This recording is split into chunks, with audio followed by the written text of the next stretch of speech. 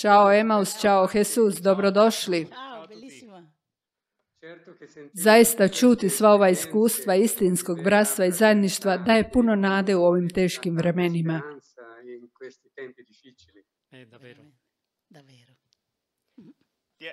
Draga Emaus, živimo u vremenu brojnih kriza. COVID-19, ekonomska nejednakost, razni geopolitički sukobi, degradacija okoliša i rasna diskriminacija.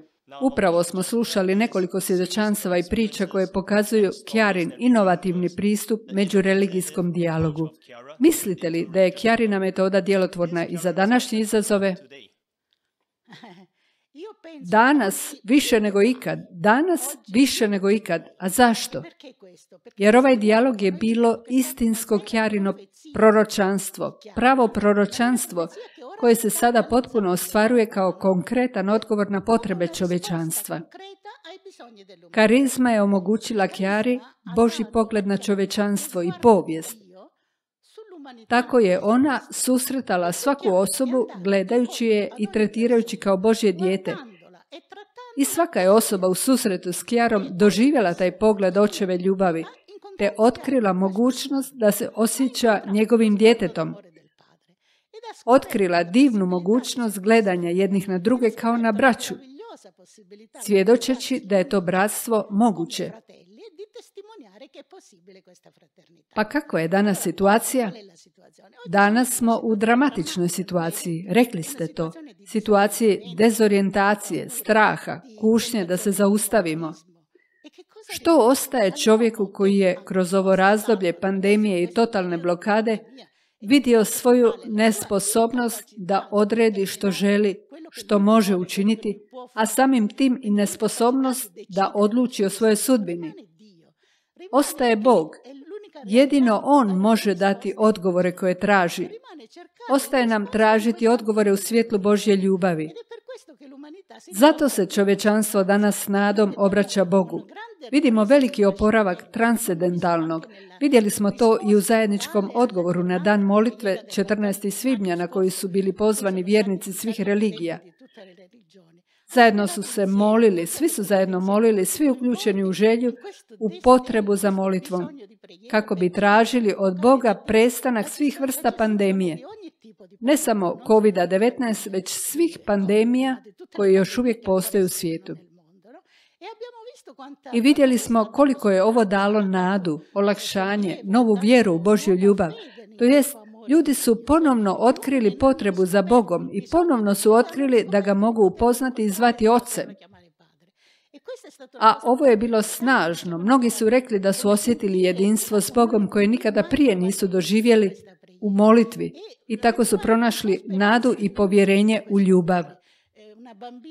Jedna djevojčica je svojom jednostavnom vjerom to izrazila. Dragi Bože, ubij, pobjedi virus, ti to možeš. Bila je sigurna da se to može dogoditi.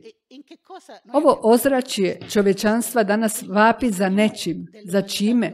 Ono traži očevu ljubav i mogućnost da se prepoznamo kao braća. Traži bratstvo. Stoga mi se čini da je ovo trenutak kao nikada pogodan za razumijevanje i ostvarenje Kjarina proročanstva. Naravno da nije lako, ni prije nije bilo lako imati hrabrosti reći ove stvari, pa nije ni sada, jer nas i preko medija bombardiraju porukama straha, tjeskobe, zatvaranja, pozornosti, razboritosti i slično, a istodobno nas bombardiraju slikama koje nikada nismo mislili da ćemo ponovno vidjeti. Užasne epizode koje vidimo i u današnje vrijeme. U svemu tome potrebna je hrabrost da se može reći mi smo braća, imamo oca. Treba hrabrosti. A odakle nam ta hrabrost? Odakle Kjari? Iz karizme. Imamo istu Kjarinu karizmu koja u ovoj godini koja slavimo njezinu 100-godišnjicu dolazi do izražaja na snažan način. Moramo pronaći hrabrost. Kjara nas i dalje potiče i danas nam govori idite svima, svi su djeca Božja, idite svima, ljubite sve, uvjerite sve da su djeca Božja i da ako žele biti zajedno s nama kao djeca Božja, možemo graditi novi svijet. Svijet u kojem ljubav Božja doista preplavljuje čovječanstvo, u kojem postoji istinski odnosi bratstva, odnosi uzajamne ljubavi, drugačiji svijet. I nadam se da će od ovoga trenutka u svijetu započeti novi val ljubavi.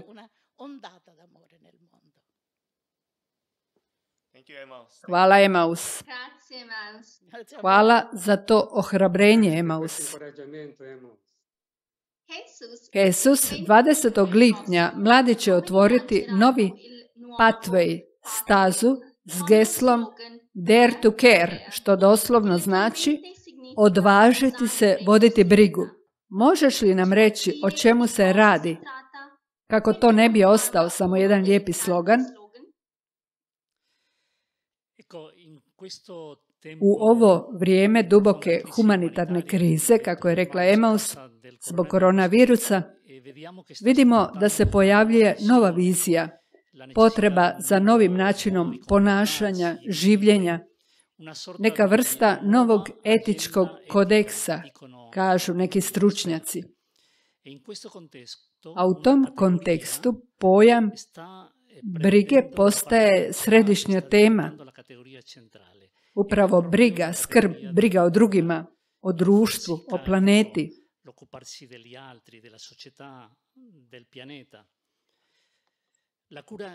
Brinuti se označava vrlo lijep, sveobuhvatan pojam. Etika skrbi ima veze s dostojanstvom osobe. To je temeljno, to nije nešto unutarnje, privatno.